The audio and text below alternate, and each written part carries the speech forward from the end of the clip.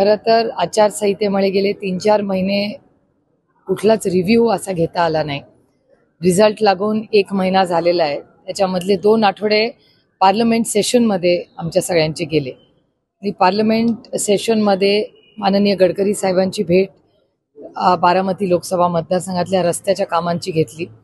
त्यानंतर अश्विनी वैष्णवजींची रेल्वेचं सविस्तर चर्चा झाली. त्याबरोबर दूध आणि कांदा याची आयात आणि निर्यातीची नक्की काय पॉलिसी आहे केंद्र सरकारची याची चर्चा पियुष गोयलांशी झाली. त्यामुळे अनेक मंत्र्यांची भेटीगाठी घ्यायची संधी आम्हाला सगळ्यांनाच राष्ट्रवादी काँग्रेस पक्षाच्या 8 खासदारांनी आम्ही महाराष्ट्राचे शेतीचे प्रश्न, विकासाचे प्रश्न, रस्त्याचे प्रश्न, रेल्वेचे प्रश्न याचा एकत्रपणे आम्ही सगळ्यांनीच फॉलोअप केला. आणि खरं तर महाविकास आघाडीची अनेक एकत्र मिळून आम्ही काही मंत्र्यांनाही भेटलो आणि महाराष्ट्राचे प्रलंबित प्रश्न हे लवकरात लवकर सुटावे ही विनम्र विनंती करायला आम्ही मंत्र्यांच्या गाठीभेटी घेतल्या.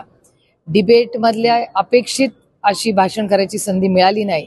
बजरंग अप्पा सोनवणेंनाही बोलायचं होतं, पण प्राईम मिनिस्टरचा रिप्लाय लवकर त्यांनी दिल्यामुळे अनेक भाषणं कॅन्सल करावी लागली.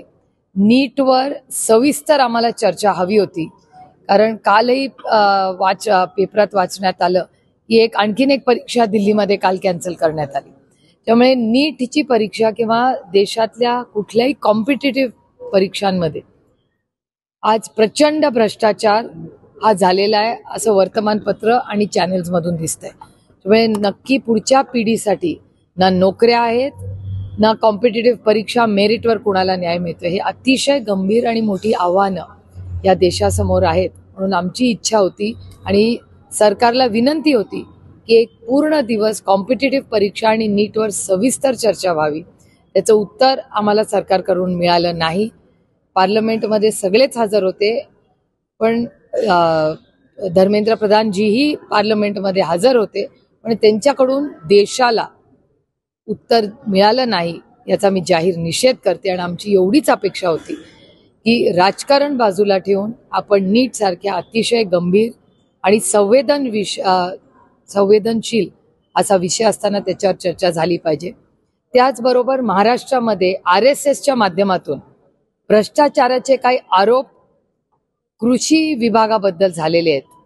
आमची अपेक्षा होती त्याचीही चर्चा आणि इन्क्वायरी केंद्र सरकार करून व्हावी.